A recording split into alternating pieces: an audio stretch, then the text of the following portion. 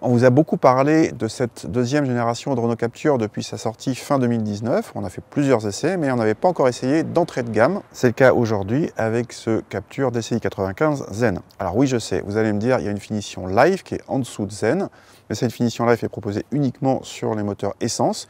Ici, la DCI 95 Zen constitue la vraie entrée de gamme en diesel. Alors la gamme diesel justement, elle se compose de deux déclinaisons du 1,5 litre DCI qui existent en 95 ou 115 chevaux, seule cette dernière étant proposée en boîte EDC, double embrayage. Nous, on essaye donc la plus petite, la version 95 chevaux, associée à la finition Zen, qui reçoit, comme tous les Capturs, même en finition Life, des feux avant 100% LED. Par contre, la finition Life a droit à des jantes de 16 pouces avec des enjoliveurs, alors que la finition Zen a déjà droit à du 17 pouces avec des jantes alliage. Descendre en niveau de finition se voit souvent surtout à l'intérieur. C'est le cas ici, avec un écran central de 7 pouces au maximum, alors qu'il peut atteindre 9,3 pouces sur les finitions supérieures en série ou en option, et il n'y a pas non plus de combiné numérique. Mais la présentation reste tout à fait correcte, avec une sellerie qui évite le chip, une planche de bord qui garde ses plastiques moussés et un assemblage visuellement sérieux. L'équipement n'est évidemment pas le plus fourni, avec par exemple une climatisation manuelle et non pas automatique, mais la plupart des aides à la conduite sont présentes, à part la surveillance des angles morts. À l'arrière, la banquette coulissante sur 16 cm reste présente en série, elle l'est sur toutes les finitions. L'habitabilité généreuse pour la catégorie permet de s'installer à 2 adultes correctement. Le coffre dépasse les 400 cm3 selon nos mesures, c'est là encore très bien pour la catégorie, même si un C3 Aircross ou un Crossland X font encore un peu mieux.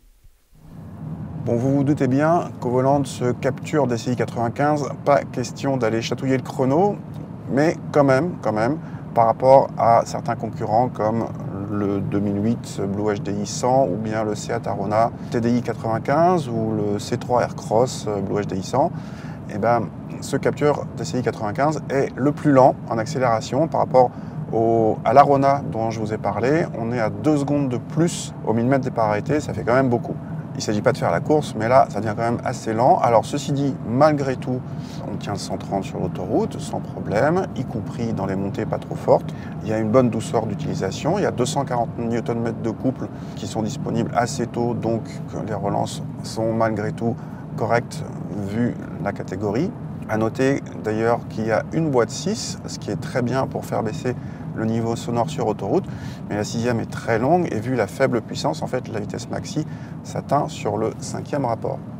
Pour la partie châssis, on a un Captur ici avec des roues de 17 pouces, donc comme je vous l'ai déjà dit, ce qui permet de gagner un petit peu en confort par rapport aux versions Intense ou initiales qui sont en 18 pouces. Le confort s'améliore et la partie dynamique, entre guillemets, vu la vocation pas du tout dynamique de l'engin, mais on perd pas en qualité de châssis, donc le compromis s'améliore encore. De ce côté-là, par contre, tout va bien.